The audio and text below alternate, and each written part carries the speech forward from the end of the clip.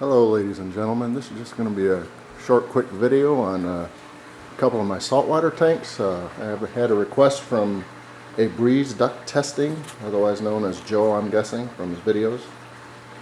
He'd like to see my setup, so I figured I'd do a quick unedited version of my two tanks I have set up and the sumps I have to go with them. This first tank I have here is my so-called reef tank. It's got some corals in it, let's see if I can zoom in here, some LPSs, SPSs, not much.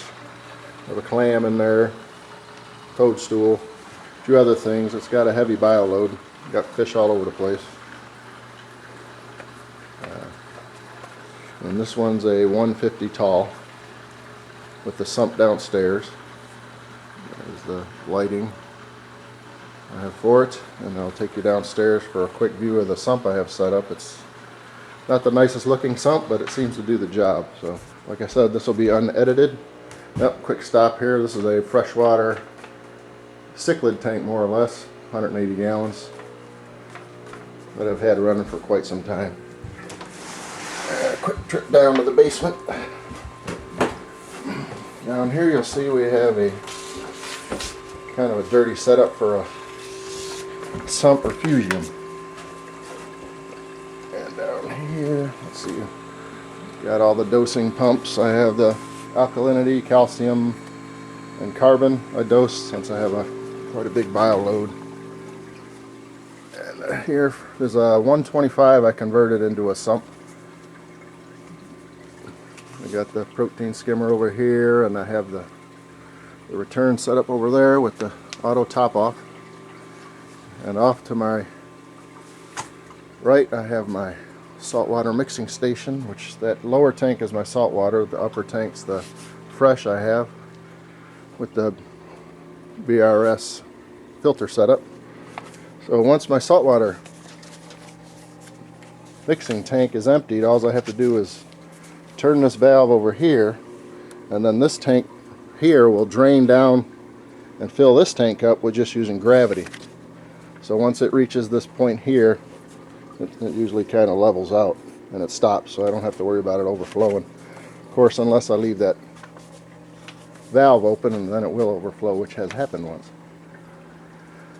As far as that, and that's tapped in to a water line up there. You can see there's probably a little red tube that goes to my saddle valve. Anyway, that's basically a rough, and here's where I got a pump set up down here that goes from that saltwater tank, and then that thing just kind of races up along this way, goes over here and drops down, and I can just fill my sump from there for that first tank you've seen. I also have it routed all along here through the basement. Goes all the way over that way because I have a second 150 set up. It's a Predator tank. I'll show you momentarily, and it gets the fresh salt water is fed up through that. And also a sidebar. If you happen to have a shop set up, wood shop, having a sump in the basement might not be the best idea, as I found out, because it can tend to cause the surfaces of your cast iron to rust. So what I had to do there was put in a dehumidifier. So that was kind of I still got to deal with the salt I have set up on this planer. Rust, excuse me. So I need to clean and sand all that off. And anyway, back upstairs. And I'll show you the Predator tank, which is only about 4 months old. We just recently decided to convert an old cichlid tank I had in the kitchen. And I drilled it out and turned it into a Predator tank. So we're going to put our non-coral friendly fish in here. Since me and the kids like some of the fish out there, you can't really put in a reef tank. And this one has the sump set up underneath. So I put a 40-gallon breeder down there and set it up as a sump.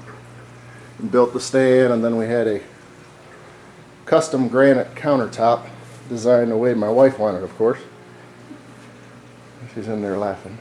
So she wanted a breakfast bar on it and a little, I don't know what you call this, little ledge set up on there for whatever reason. And inside this we have the phony fake corals, but we wanted some color in there.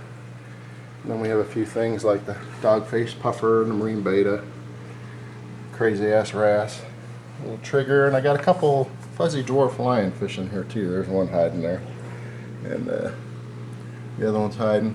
I guess he's in there somewhere. Yeah, he's in there somewhere. Anyway, and also one little quick, one of my son's favorite. Let's get a quick look there. One of my son's favorite critters in this reef tank. He's probably not going to come out, but you might be able to see a side shot of him down there.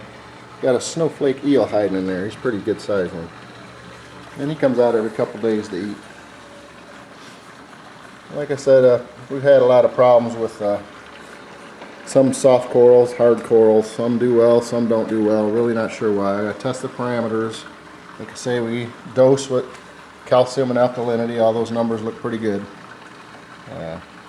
Nitrates are low. Just not sure if it's the lighting. We got a couple of those Radion Pros set up. Get a shot where it's not glaring out. And I have it set up around 70% intensity, and it seems to be doing okay. But like I said, some stuff does good, some stuff doesn't. These guys seem to do great. We got some, not sure what that stuff is. It came with this. It kind of like a free rider came along. And it's just doing pretty well, but we seem to like it, so it's alright. And we also have a trap set up in here because we have a golden maroon who likes to stir things up. She kind of makes a mess in here. Knocks stuff over. She's just been a royal pain in the ass. We love her, she's beautiful, and she's got her mate in there somewhere hiding. But we're going to try and move her over to the predator tank with her mate. But the only fish that seem to go in the trap are all the other fish except her. So it's been about 4 or 5 days. She still won't go in there, so she kind of knows something's up. And she's not going to do it. We're going to wait it out and see if we can get her moved to the other tank. But we also have a couple of our, these are some of our favorites. We got a couple of these fire shrimp. Just love them things. They're beautiful. And of course the green star polyps, which always seem to do well for everybody.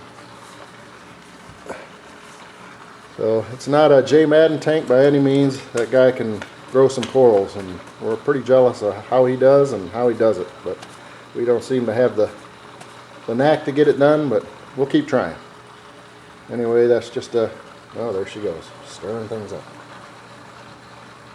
We used to have a deep sand bed in here, and she just wouldn't let it take. She'd stir it up, the whole tank. She'd just keep stirring it up. So we ended up putting the crushed coral down here. It gives her a harder time, pisses her off, so it's kind of fun. Other than that, that's basically our setup and what we do. And do enjoy it. It's pretty fun. So thanks for watching.